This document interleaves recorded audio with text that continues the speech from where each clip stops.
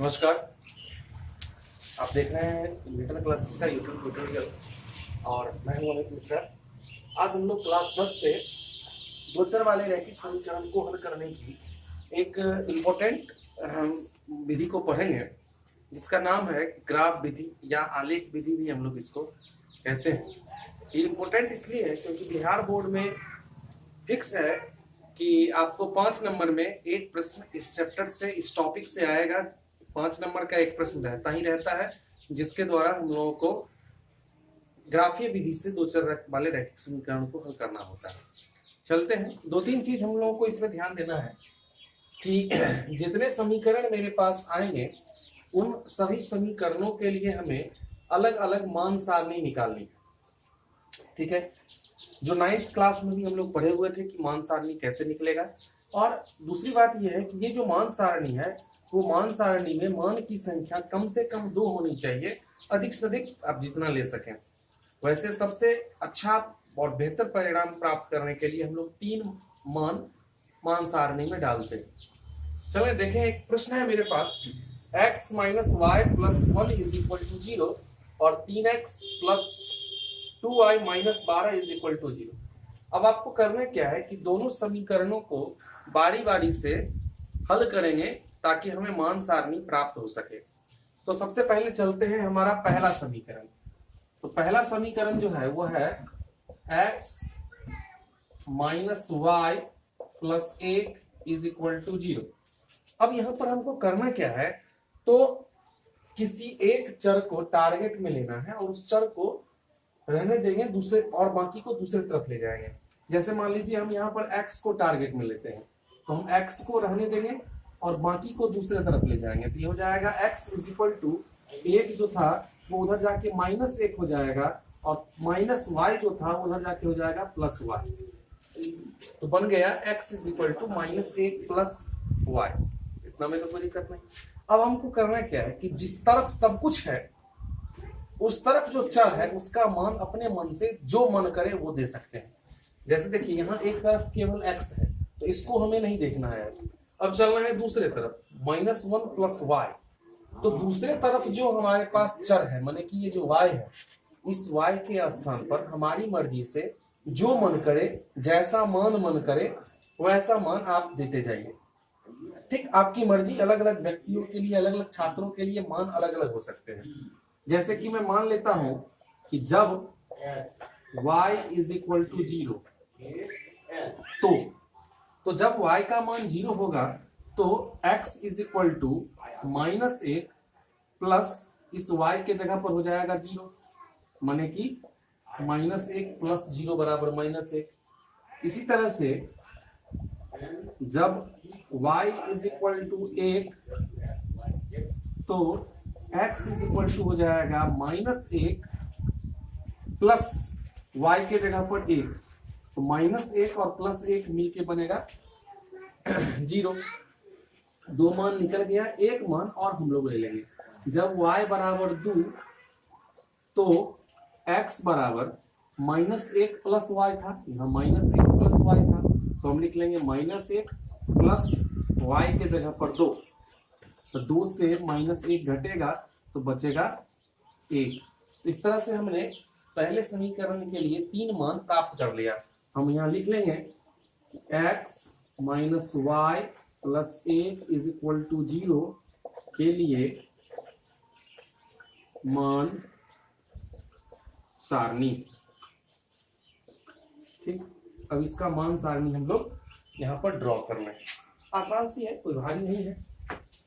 अब यहाँ पर हम लिख लेंगे x y, बॉक्स बना लेंगे। देखिए 3 मान है, 3 बॉक्स हम बना लिए। अब पहले मैं देखिए यहाँ पर जब हमने y का मान 0 दिया है तो x का मान निकला है हमें -1। जब y का मान हमने 1 दिया था तो x का मान निकला था 0। जब y का मान हमने 2 दिया है तो x का मान निकला है 1। तो इस तरह से तीनों मान डाल के हमने यहाँ पर इसका मान सारणी प्राप्त कर लिया। -1 0 0 1 और 1 2। पहले समीकरण के लिए मान सारणी हमारा तैयार है। अब चलते हैं दूसरे समीकरण पे।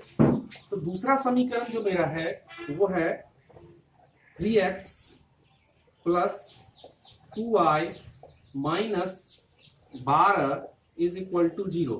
तो फिर हम वही काम करेंगे, किसी एक चर को टारगेट करेंगे और दूसरे चर को दूसरे तरफ ले जाएंगे।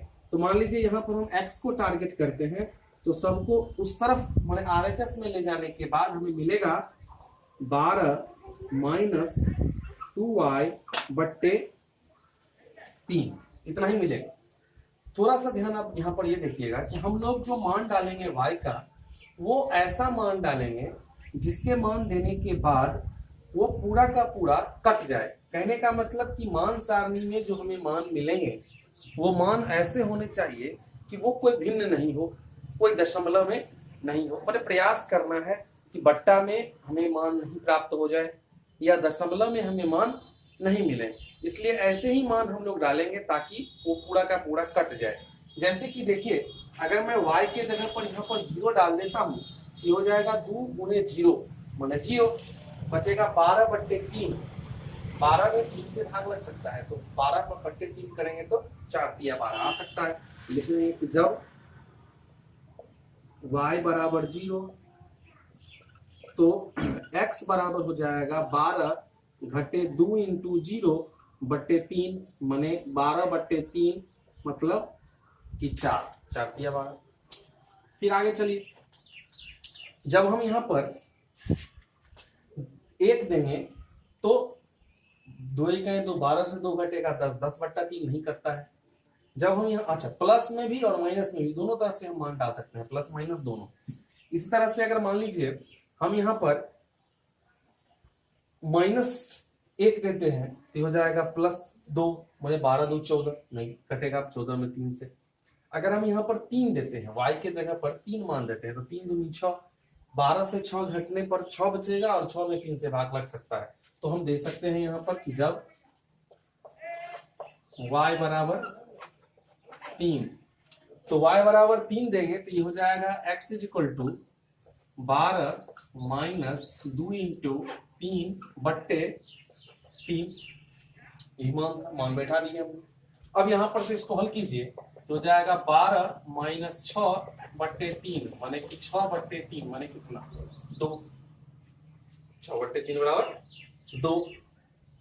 कोई दिक्कत? इसी तरह से एक मान और हम लिख लेंगे। तो जब x बराबर मान लीजिए अगर हम देते हैं यहाँ पर -3 तो हो जाएगा x बराबर 12 माइनस 2 माइनस 3 बट्टे 3। ये हो जाएगा 12 माइनस माइनस प्लस 3 दूनी 6 बट्टे 3 माने 12 6 18 बट्टे 3 माने कितना 36 18 6। तो इस तरह से हमें मान मिल गया है।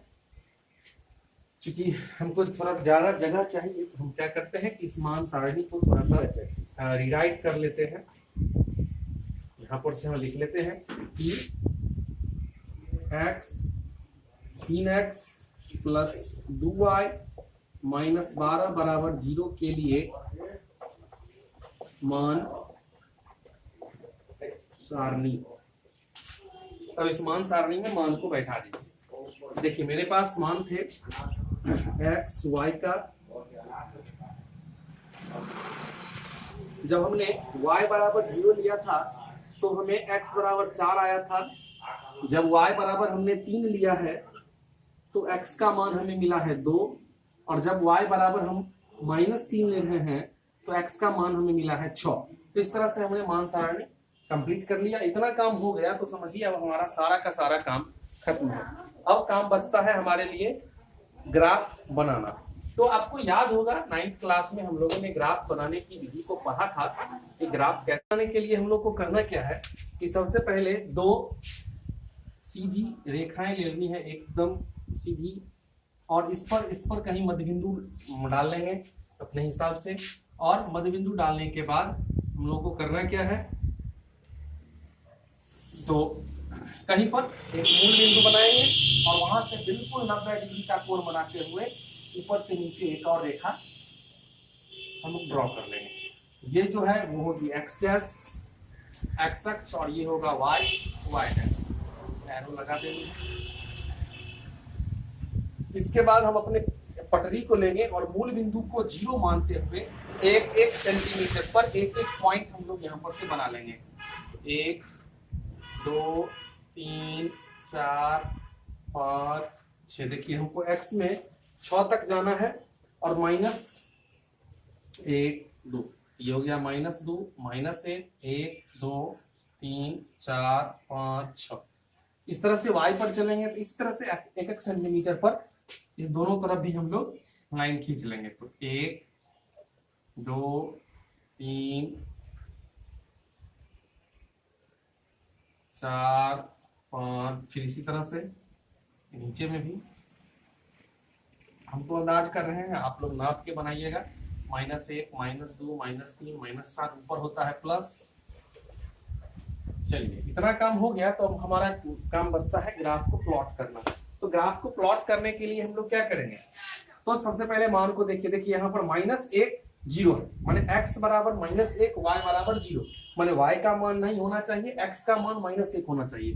तो ये हो जाएगा यहाँ पे x बराबर -1, इसका नाम हो गया -1 0। फिर है कि x 0 होना चाहिए, y 1 होना चाहिए। तो जहाँ x नहीं है y ही है, ये है 0 1। इस तरह से 1 और 2, माने x के जगह पर 1 y के जगह पर 2। तो हम लोग क्या करेंगे कि x के 1 से ऊपर की तरफ एकदम 90 डिग्री का लाइन बनाते हुए एक डॉटेड लाइन खींच लेंगे और इधर 2 पर से खींच लेंगे। ये दोनों जहां कटेगा वही बिंदु होगा 1 और 2। इस तरह से पहले समीकरण के लिए हमने तीनों लाइन खींच लिया। तो जब मिल गया तो अब क्या करेंगे, इसको पटरी से मिला लेंगे। तो जब मिलाएंगे इस तरह से इसको हम लोग मिला लेंगे। इसको मिलाने के बाद समय आप थोड़ा सा ध्यान रखिएगा कि हमारा जो तीनों लाइन है वो एक ही रेखा पर आ जाएगा। ये तीनों लाइन एक ही रेखा पर आएगा। अगर रेखा इधर उधर हो रहा है इसका मतलब है कि हमने कहीं गलती की। एकदम एक ही तीनों बिंदुएं एक ही लाइन पर आ जाएगी। तो पहला समीकरण का हमने खींच लिया है, इसका नाम लिख लेंगे कि भाई किसका है, x - y + 1 बराबर 0 का था। दूसरे समीकरण के लिए चलते हैं।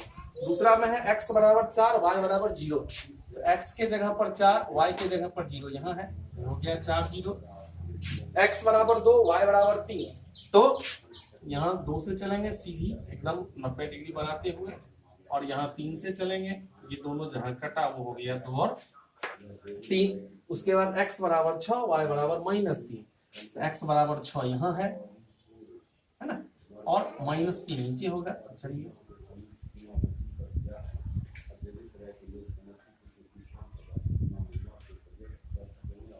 ये हो गया 6 -3।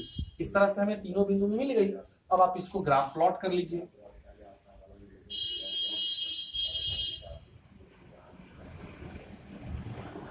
इस तरह से ये रेखा बन गई। तो ये जो समीकरण है वो है हमारा कितना, तो 3x + 2y - 12 बराबर 0 का। अब आप देखिए कि ये दोनों ग्राफ जो मैंने खींचा वो दोनों ग्राफ आखिर कट कहाँ रही है। वो दोनों ग्राफ जिस बिंदु पर कटेगी, जहां पर कटेगी वही बिंदु इस समीकरण का हल होगा। तो देखिए ये दोनों रेखाएं यहां पर कट रही है, माने कहां, x बराबर 2 y बराबर 3 पे। इसीलिए समीकरण निकाय का हल x बराबर 2 y बराबर 3 है। ठीक, अगर मान लीजिए ये रेखाएं नहीं कटती है, अगर कहीं पर नहीं कटती तो हम लोग कहते कि इसका कोई हल नहीं है। आप ध्यान रखिएगा जितने जगह पर ये रेखाएं कटेगी इसके उतने ही हल होंगे। यहाँ पर एक बिंदु पर कट रही है, इसका मतलब इसका एक हल है, माने हल अद्वितीय है। अगर यह दोनों रेखाएं एक दूसरे के समानांतर हो जाती, तो जब समानांतर हो जाती तो हम कहते कि इसके कोई हल नहीं है, एक ही भी जगह नहीं कटेगा। और जब एक ही रेखा के ऊपर में दूसरी रेखा आके गिर जाती तो हम कहते कि इसके अनंत हल हो।